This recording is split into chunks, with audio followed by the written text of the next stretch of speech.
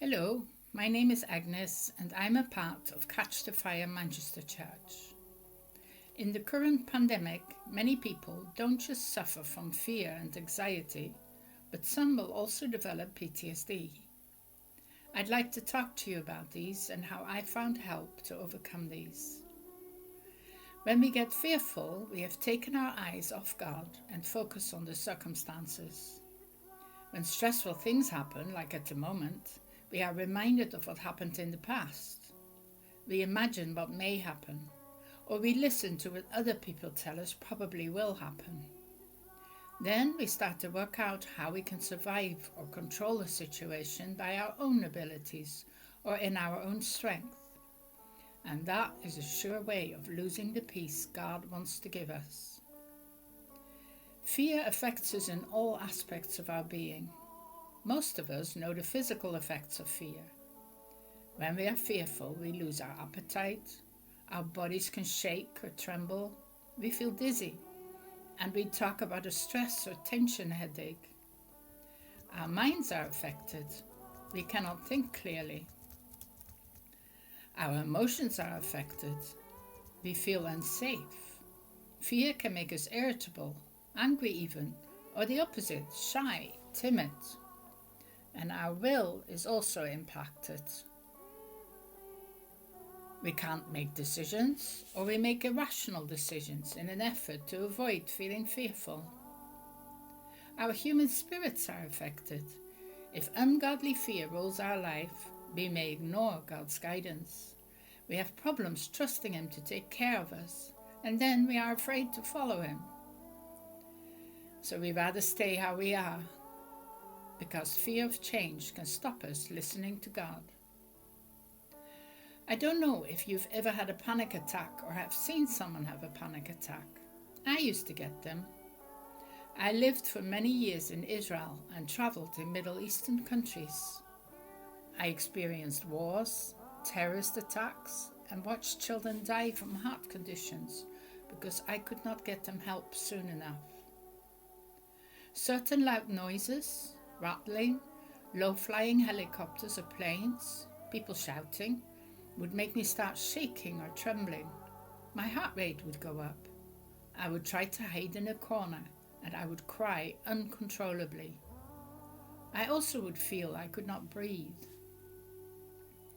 Also, I would get flashbacks or nightmares of abuse that happened in my life. Normally, after a traumatic event, things improve after some time, but when you have PTSD, you keep reliving the event. Certain places, sounds, maybe even smells can trigger the flashbacks or nightmares.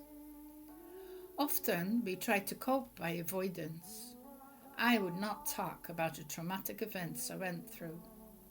I would read a lot to occupy my mind. I even went through a phase I tried to sleep as little as possible in the hope I would not have nightmares. Some people try to cope by excessive alcohol use or drugs.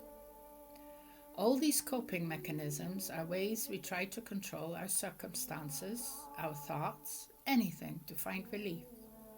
But in the long run, I found there will always be things out of my control, like the current pandemic.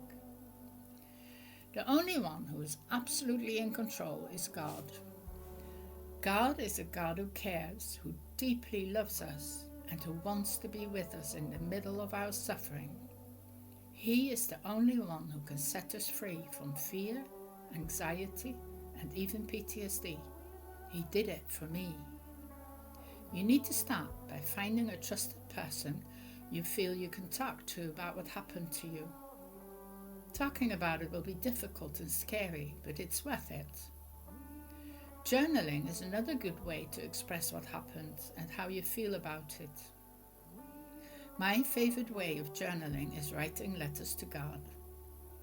Tell Him exactly how you feel. He can cope, even with your anger or negative feelings. Bringing things into the light will make the darkness flee. It worked for me. It took time, but God healed me from PTSD and I have no more nightmares or flashbacks. The other thing you absolutely need to do is forgive the people involved in the event, and also yourself if you feel you had a part in what happened.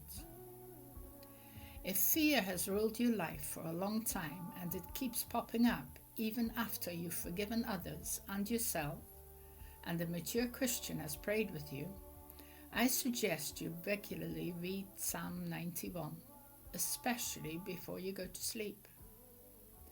In Proverbs 18 verse 10, it says that God is your strong tower. You can flee into him and be safe. Thank you guys so much for watching. At Catch the Fire Manchester, our hope whilst you're watching this content is that you encounter the living God and that he transforms your life.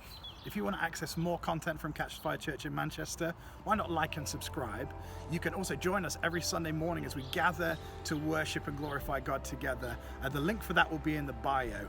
You can jump on our website at ctfmanchester.com for any more details. We'll see you guys really soon.